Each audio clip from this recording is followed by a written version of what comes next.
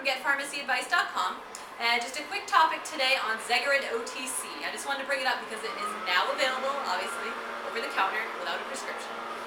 And also it came up because a drug rep approached me at work the other day, and she was there to tell me to keep telling patients to take the prescription strength Zegerid. And her reasoning was, one, that the current prescription strength Zegerid was prescribed more commonly than the now Zegerid OTC, and like 95% of the prescriptions or something like that. And also that if you tried to double up on the over-the-counter Zegerid, it does not equal one tablet of the prescription Zegerid. Now, probably want to define this a little better. The Zegerid OTC contains 20 milligrams of omeprazole with 1,100 milligrams of sodium bicarbonate.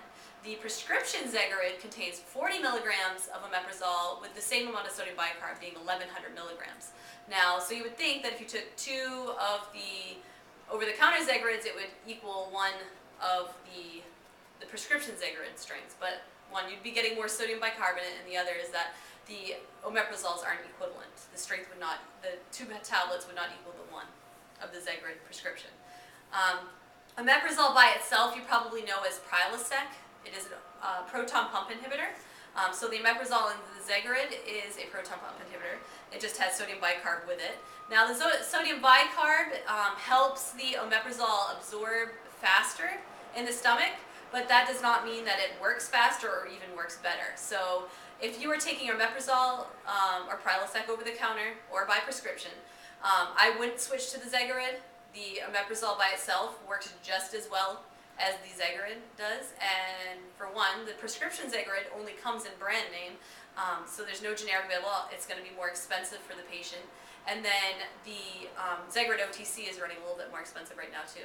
So I wouldn't go rushing off to change it up just because the Zegerid OTC is out there. It is not better than the plain omeprazole or Prilosec.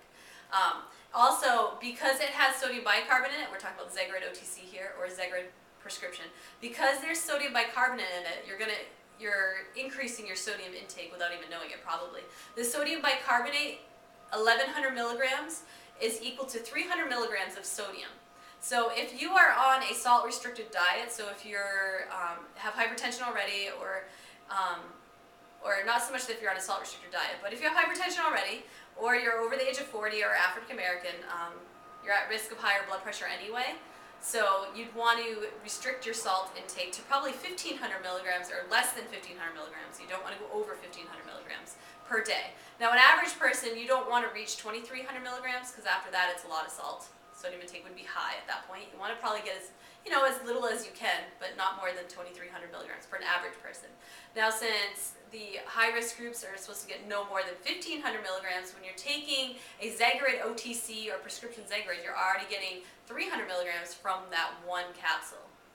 Now, that can add up pretty quickly, especially because people usually get double the amount of salt that they think they're getting from their diet, mostly because you're taking in or eating prepared foods that are high in sodium that you wouldn't even know what is in there. So I just wanted to bring that up. Just be cautious of the Zegerid OTC and even prescription Zegerid, but because Zegerid OTC is more available to the person now without having to go to the doctor, I think it's good to know that it does have sodium in it.